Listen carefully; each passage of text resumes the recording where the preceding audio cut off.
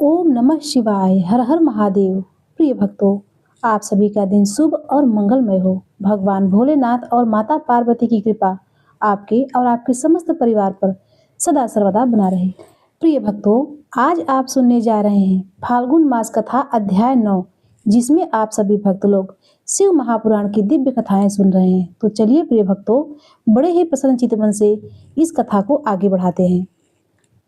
ब्रह्मा जी बोले, हे ब्राह्मण, हे देव शिरोमणि, आप सदा समस्त जगत के उपकार में ही लगे रहते हैं। आपने लोगों के हित की कामना से यह बहुत उत्तम बात पूछी है, जिसके सुनने से संपूर्ण लोकों के समस्त पाप क्षय हो जाता है।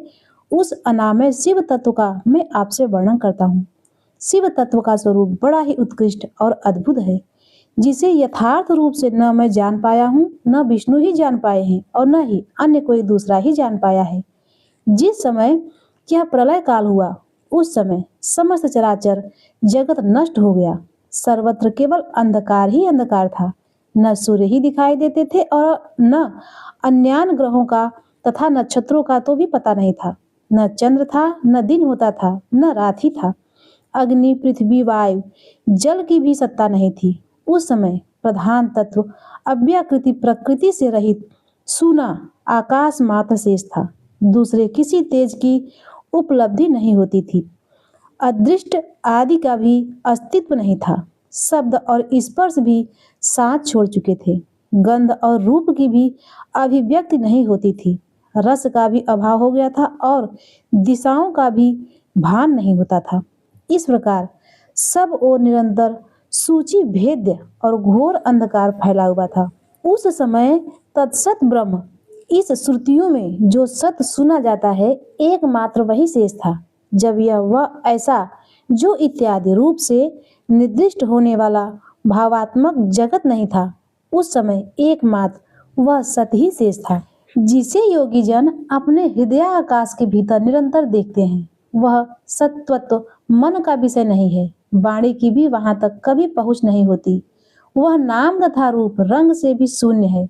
वह न स्थूल है, न कृश है, न हर्ष है और न दीर्घ है, न लघु है और न गुरु ही है। उसमें न किसी वृद्धि होती है और न ह्रास ही होता है।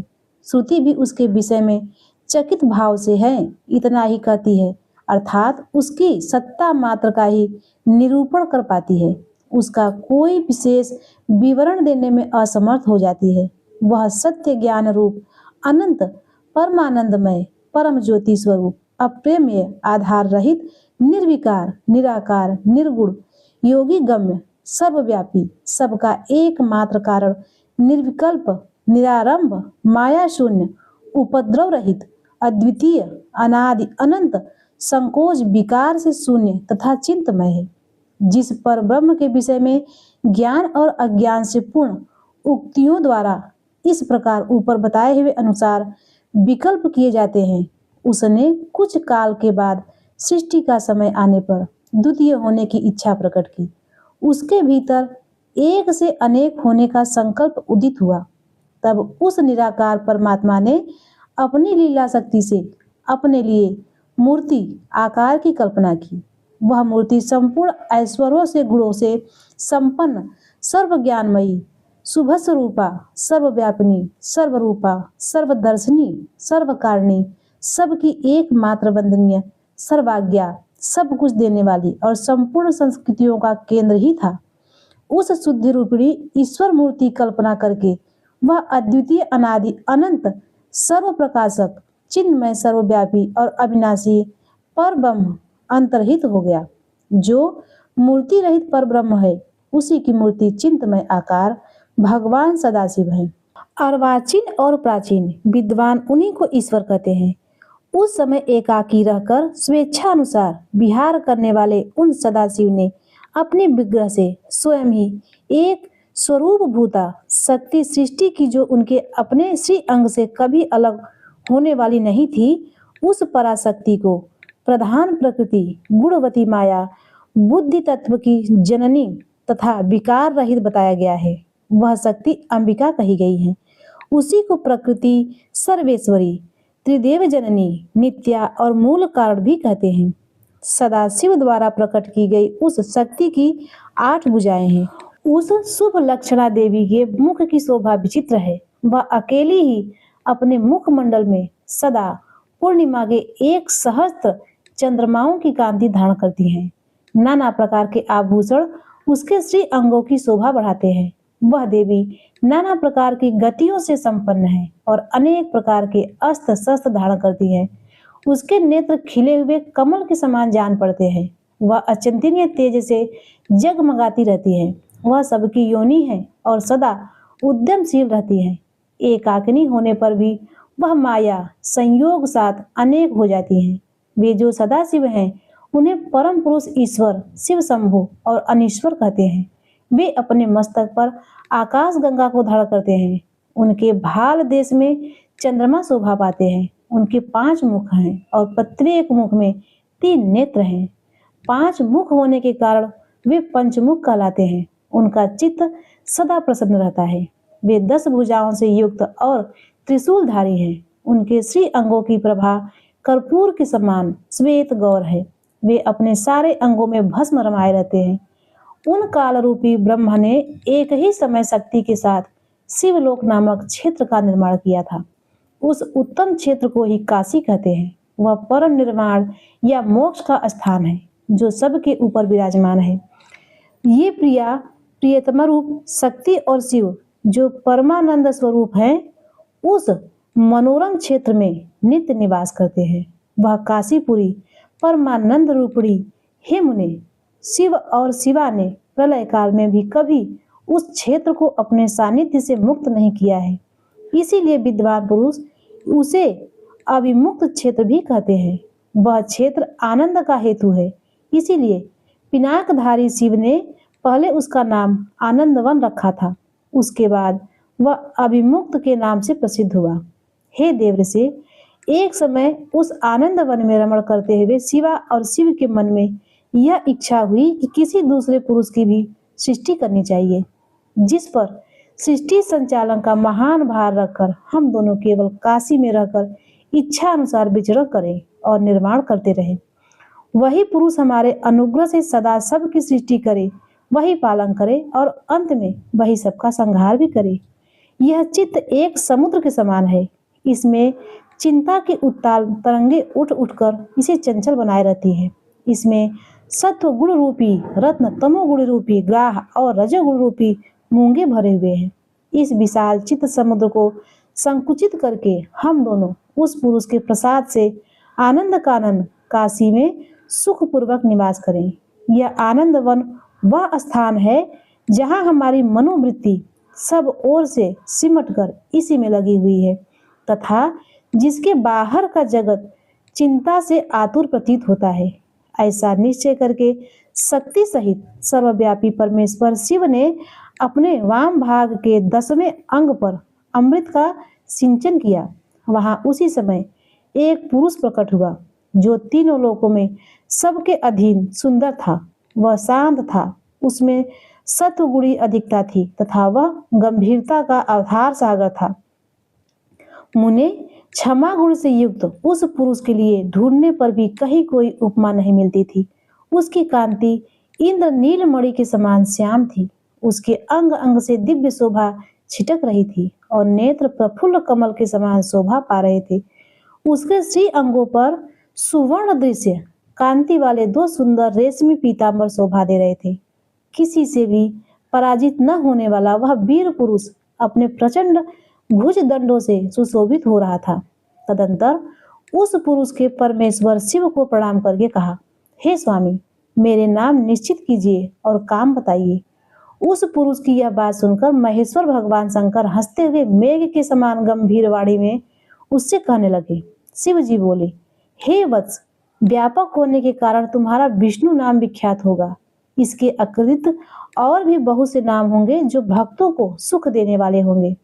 तुम सुस्थिर होकर उस उत्तम तप करो, क्योंकि वही समस्त कार्यों का साधन है। ऐसा कहकर भगवान शिव ने श्वास मार्ग से श्री विष्णु को वेदों का ज्ञान प्रदान किया।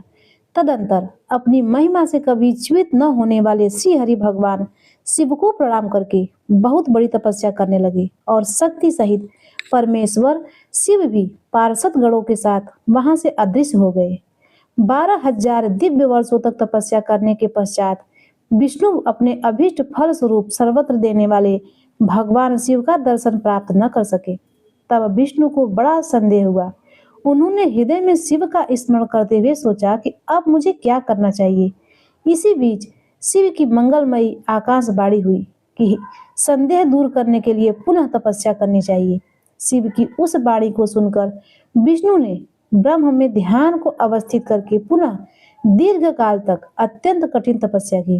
तदंतर ब्रह्मा की ध्यान अवस्था में ही विष्णु को बोध हो गया और वे प्रसन्न होकर यह सोचने लगे कि अरे वह महान तत्व है क्या।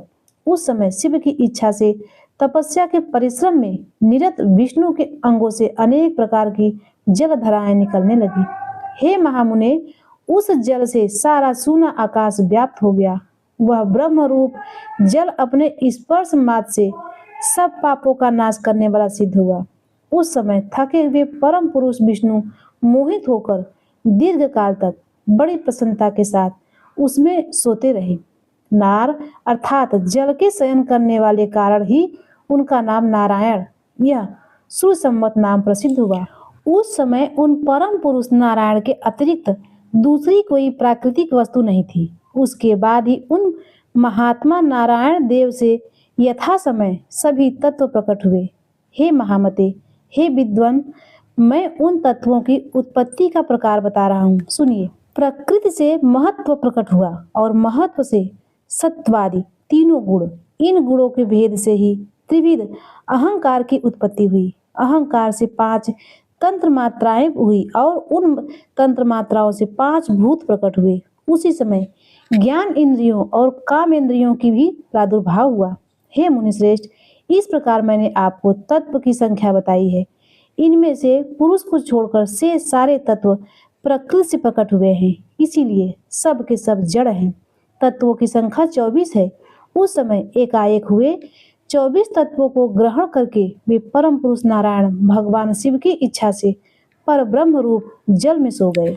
ब्रह्मा जी बोले, हे देव ऋषि, जब नारायण देव जल में शयन करने लगे उस समय उनकी नाभि से भगवान शंकर की इच्छा से सहसा एक विशाल तथा उत्तम कमल प्रकट हुआ। उसमें असंख्य नाल दंड थे। उसकी कांति कनेर के फूल के समान पीले रंग की थी तथा उसकी लंबाई और ऊंचाई भी अनंत योजन थी। वह कमल करोड़ों सूर्य के समान प्रकाशित, सुंदर, संपूर्ण तत्वों से युक्त, अत्यंत अद्भुत, परम रमणीय, दर्शन की योग्य तथा सबसे उत्तम था। तत्पश्चात कल्याणकारी परमेश्वर सांब सदाशिव ने पूर्वतः प्रयत्न करके मुझे अपने दाहिने अंग से उत्पन्न किया। हे मुनि, उन परमेश्वर ने मुझे तुरंत ही अपनी माया से मोहित करके नारायण देव के नाभि कमल में डाल दिया और लीला पूर्वक मुझे वहां से प्रकट किया। इस प्रकार उस कमल से पुत्र के रूप में मुझ हिरण गर्भ का जन्म हुआ। मेरे 4 मुख हुए और शरीर की कांति लाल हुई। मेरे मस्तक त्रिपुंड की रेखा से अंकित थी।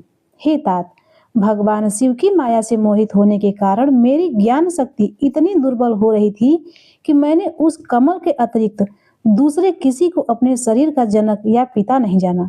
मैं कौन हूँ, कहाँ से आया हूँ, मेरा कार्य क्या है, मैं किसका पुत्र होकर उत्पन्न हुआ हूँ और किसने इस समय मेरा निर्माण किया है। इस प्रकार संशय में पड़े हुए मेरे मन में यह विचार उत्पन्न हुआ कि मैं किसके लिए मोह में पड़ा हुआ हूँ। जिसने मुझे उत्पन्न किया है उसका पता लगाना तो बहुत सरल है। इस कमल पुष्प का जो पत्र युक्त नाल है उसका उद्गम स्थान इस जल के भीतर नीचे की ओर है। जिसने मुझे उत्पन्न किया है वह पुरुष भी वही होगा, इसमें संशय नहीं है। ऐसा निश्चय करके मैंने अपने को कमल से नीचे उतारा। मुने, उस कमल के एक एक नाल में गया और सैकड़ों वर्षों तक वहां भ्रमण करता रहा। कहीं भी उस कमल के उत्तम स्थान मुझे नहीं मिला। तब पुनः संशय में पड़कर मैं उस कमल पुष्प पर जाने के लिए उत्सुक हुआ और हे मुने, नाल के मार्ग से उस कमल पर चढ़ने लगा। इस तरह बहुत ऊपर जाने पर भी मैं उस कमल के कोष को न पा सका। उस दशा में मैं और भी मोहित हो उठा। मुझे नाल मार्ग से भ्रमण करते हुए पुनः सैकड़ों वर्ष व्यतीत हो गए। किंतु उसका कोई पता न चल सका। तब मैं मोहित किंग कर्तव्य मूढ़ होकर एक क्षण वहीं रुक गया। हे मुने, उस समय भगवान शिव की इच्छा से ये परम मंगलमयी तथा उत्तम आकाशवाणी प्रकट हुई, जो मेरे मोह का विध्वंस करने वाली थी। उस वाणी ने कहा, तब तपस्या करो। उस आकाशवाणी को सुनकर मैंने अपने जन्मदाता पिता का दर्शन करने के लिए उस समय पुनः प्रयत्न पूर्वक 12 वर्षों तक घोर तपस्या की। तब मुझ पर अनुग्रह करने के लिए ही 4 भुजाओं और सुंदर नेत्र से सुशोभित भगवान विष्णु वहां सहसा प्रकट हो गए। उन परम पुरुष ने अपने हाथों में शंख, चक्र, गदा और पद्म धारण कर रखे थे। उनके सारे अंग सजल जलधर के समान श्याम कांति से सुशोभित थे। उन परम प्रभु ने सुंदर पीतांबर पहन रखा था। उनके मस्तक आदि अंगों में मुकुट आदि महामूल्यवान आभूषण शोभा पा रहे थे। उनका मुख रविंद प्रसन्नता से खिला हुआ था। मैं उनकी छवि पर मोहित हो रहा था। वे मुझे करोड़ों कामदेव के समान मनोहर दिखाई दिए। उन चतुर्भुज भगवान विष्णु का वह अत्यंत सुंदर रूप देखकर मुझे बड़ा आश्चर्य हुआ। वे सांवली और सुनहरी आभा से उद्भासित हो रहे थे। उस समय उन सदपुरुष स्वरूप सर्वात्मक महाबाहु नारायण देव को वहां उस रूप में अपने साथ देखकर मुझे बड़ा हर्ष हुआ।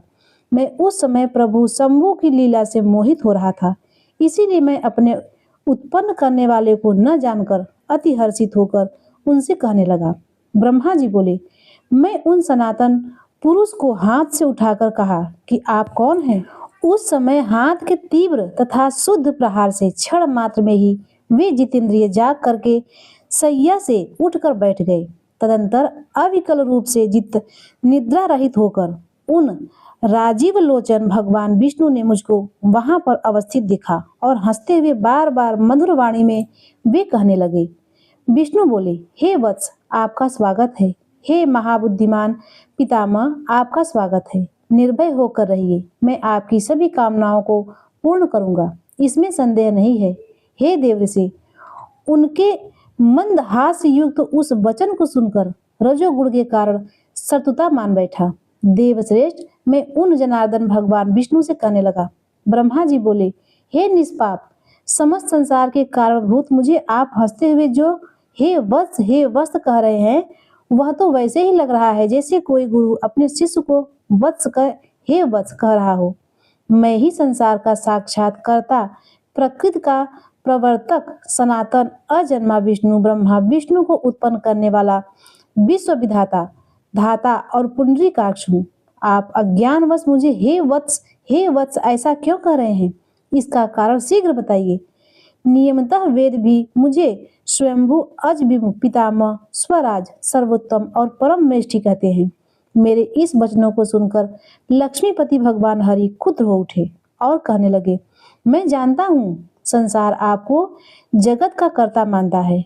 विष्णु जी बोले, आप संसार की सृष्टि करने वाले और पालन करने वाले के लिए मुझ अव्यक्त अंग से अवतरित हुए हैं। फिर भी आप मुझ जगन्नाथ नारायण पुरुष परमात्मा निर्विकार पुरुहूत पुरुहुष्ट विष्णु अच्युत ईशान संसार के उत्पत्ति स्थान रूप नारायण महाबाहु और सर्वव्यापक को भूल गए। मेरे ही नाभि कमल से आप उत्पन्न हुए हैं, इसमें संदेह नहीं है। इस विषय में आपका अपराध भी नहीं है। आपके ऊपर तो मेरी माया है। हे चतुर्भुज, सुनिए, यह सत्य है कि मैं ही सभी देवताओं का ईश्वर हूँ। मैं ही कर्ता, हर्ता और भर्ता हूँ। मेरे समान अन्य शक्तिशाली कोई देव नहीं है। हे पितामह, मैं ही परब्रह्म तथा परम तत्व हूँ। मैं ही परम ज्योति और परमात्मा बीवी हूँ। इस जगत में आज जो यह सब चराचर दिखाई दे रहा है और सुनाई पड़ रहा है, हे चतुर्मुख, यह जो भी वह मुझ में व्याप्त है, ऐसा आप जान ले। मैंने ही सृष्टि के पहले जगत के 24 अव्यक्त तत्वों की रचना की है। उन्हीं तत्वों से प्राणियों के शरीर धारक अणुओं का निर्माण होता है और क्रोध, भय आदि पंड गुणों की सृष्टि हुई है। मेरे प्रभाव और मेरी लीला से ही आपके अनेक अंग हैं। मैंने ही बुद्धि तत्व की सृष्टि की है और उसमें 3 प्रकार के अहंकार उत्पन्न किए हैं। तदंतर उसमें रूप, रस, गंध, शब्द, स्पर्श, इन पंचतंत्राओं को मन एवं चक्षु, जिह्वा, घ्राण, स्रोत तथा त्वचा, इन 5 ज्ञान इंद्रियों और वाक्य, पाणी, पाद, पायु, उपस्थ, इन 5 काम इंद्रियों, क्षिति, जल, पावक, गगन और वायु, इन पंच महाभूत तथा अन्य सभी भौतिक पदार्थों की रचना लीला से किया है। हे प्रजापति, हे ब्राह्मण, ऐसा जानकर आप मेरी शरण में आ जाइए। मैं सभी दुखों से आपकी रक्षा करूंगा, इसमें संशय नहीं है। तो ये भक्तों, इसके आगे का वृत्तांत आप सभी भक्त लोग अगले अध्याय में जरूर सुनिएगा। अब आइए सुनते हैं शिव चालीसा का पाठ। जय गणेश गिरिजा सुमन मंगल मूल सुजान, कहत अयोध्या दास तुम देव अभय वरदान। जय गिरिजापति दीन दयाला, सदा करत संतन प्रतिपाला। भाल चंद्रमा सोहत निके, कानन कुंडल नाग फनिके। अंग गौर श्री गंगे बहाए, मुंड माल तन छार लगावे। वस्त्र खाल बागंबर सोहे, छवि को देख नाग मुनि मोहे। मैना मात की हवे दुलारी, वाम अंग सोहत छवि नारी। करते शूल सोहत छवि भारी, करे सदा सत्तुम छयकारी। नंदी गड़े सोहें त कैसे, सागर मध्य कमल है जैसे। कार्तिक श्याम और गणराऊ, या छवि को कही जात न काऊ। देवन जब ही जाय पुकारा, तब ही दुख प्रभु आप निवारा। किया उपद्रव तारक भारी, देवन सम्मिल तुम्हें जुहारी। तुरत डानन आप पठायो, लौ निमेष महामार गिरायो। आप जलंधर असुर संहारा, सुयस तुम्हार विदित संसारा। त्रिपुरा संशय युद्ध मचाई, सब कृपा कर लीन बचाई। किया तपहि भागीरथ भारी, पूर्व प्रतिज्ञाता सुपुरारी। दानिन महतम सम कोई नाही, सेवक अस्तुत करें सदाही। वेद नाम महिमा तो गाई, अकथ अनाथ भेद नहीं पाई। प्रगट उदत मंथन में ज्वाला, जरत सुरासुर भय विहाला। कीन्ही दया त करी सहाई, नीलकंठ तब नाम कहाई। पूजन रामचंद्र जब कीन्हा, जीत के लंका भीषण दीन्हा। सहस कमल में हो रहे धारी, कीन्ही परीक्षा तबे पुरारी। एक कमल प्रभु राखे गोई, कमल नयन पूजन छ सोई। कठिन भक्ति देखी प्रभु शंकर, भय प्रसन्न दिए इच्छित वर। जय जय जय अनंत अविनाशी, करत कृपा सबके घटवासी। दुष्ट सकल नित मोहि सतावे, भ्रमत रहो मोहि चैन न आयो। त्राहि त्राहि मैं नाथ पुकारू, यही अवसर मैं आन उबारो। लय त्रिशूल शत्रुओं को मारो, संकट से मैं आन उबारो। मात पिता भ्राता सब कोई, संकट में पूछे न कोई। स्वामी एक है आज तुम्हारी, आई हर अब संकट भारी। धन्य धन को दे सदा ही, जो कोई जाचे सो फल पावे। अस्तुत कहवित करो तुम्हारी, क्षमो नाथ अब चूक हमारी। शंकर हो संकट के नाशक, मंगल कारक विघ्न विनाशक। योगी यत मुन ध्यान लगावे, शारद नारद शीश नमावे। नमो नमो जय नमो शिवाय, सुर ब्रह्मादि पार न पावे। जो यह पाठ करे मन लाई, तापर होते शंभु सहाय। ऋणिया जो कोई हो अधिकारी, पाठ करे सो पावन हारी। पुत्रहीन इच्छा कर जोई, निश्चय शिव प्रसाद ते होई। पंडित त्रयोदशी को लावे, ध्यान पूर्वक होम करावे। त्रयोदशी व्रत करे हमेशा, तन्मयता के रहे कलेशा। धूप दीप नैवेद्य चढ़ावे, शंकर सम्मुख पाठ सुनावे। जन जन के पाप नशावे, अंतवा शिवपुर में पावे। कहे अयोध्या दास तुम्हारी, जान सकल दुख हरो हमारी। नित्य नेम कर प्राति पाठ गौरा चालीसा, तुम मेरी मनोकामना पूर्ण करो जगदीश। मग 67 है मंत्र, संवत 64 जान। अस्तुत 40 शिव ही पूर्ण की कल्याण। ओम नमः शिवाय। प्रिय भक्तों, अब आइए सुनते हैं शिव जी की आरती। ओम जय शिव ओंकारा, हरि जय शिव ओंकारा। ब्रह्मा विष्णु सदा शिव, अर्धांगी धारा। एकानन चतुरानन पंचानन राजे। हंसानन गरुड़ासन, वृषवाहन साजे। दो भुज चार चतुर्भुज, 10 भुज अति सोहे। तीनों रूप निरखिता, त्रिभुवन जन मोहे। अक्षमाला वनमाला, मुंडमाला धारी। चंदन मृग मद सोहे, भोले शशिधारी। श्वेतांबर पीतांबर, बागंबर अंगे। सनकादिक प्रभुतादिक, भूतादिक संगे। कर में मध्य कमंडल, चक्र त्रिशूल धरता। जन करता जग भरता, जग संहार करता। ब्रह्मा विष्णु सदा शिव, जानत अविवेका।